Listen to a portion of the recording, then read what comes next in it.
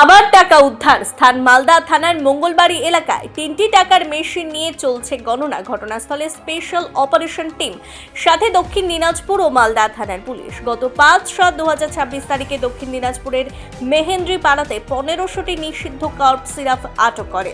গ্রেপ্তার হয় 4 জন। তাদের জেরা করে আদালতে এই কারবারের টাকা খোঁজ পায় পুলিশ। ধৃত 4 জনকে নিয়ে অভিযান চালানো হচ্ছে। পুলিশ সূত্রে জানা গেছে, বিল্ডিং এর মালিক দিলীপ সাহা সেই বিল্ডিং এর 3য় তলে এক ফ্ল্যাট ভাড়া নিয়েছিল পিন্টু সরকার। সেই ফ্ল্যাট থেকে এই টাকা উদ্ধার হয়েছে। এখনো পর্যন্ত 2.5 কোটি টাকা পাওয়া গেছে। এখনো চলছে টাকা গোনার কাজ। কি না, যেমন আমরা জানি যে ছেলেটা তো আমাদের এলাকার ছেলে, 1 নম্বর ওয়ার্ডে বাড়ি। ও বললো আমি বিয়ে করব। আমরা কাগজে চেয়েছিলাম যে আধার কার্ডটা দাও, যে দাদা আমরা তো বাড়িটাকে ভেঙেছি, তো আমাদেরকে দিয়ে দিচ্ছি। এবার আমিও দেখলাম যে পরিচিত ছেলে, এলাকার ছেলে। পরে শুনছি যে এরকম কাণ্ড। তা আমরা কীভাবে ভাববো যে 2 নম্বরই করে না 1 নম্বরই, আমরা কীভাবে বুঝতে পারবো?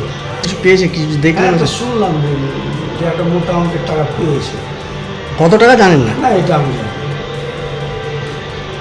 আপনার নাম? আমার নাম দিলীপ সাহা।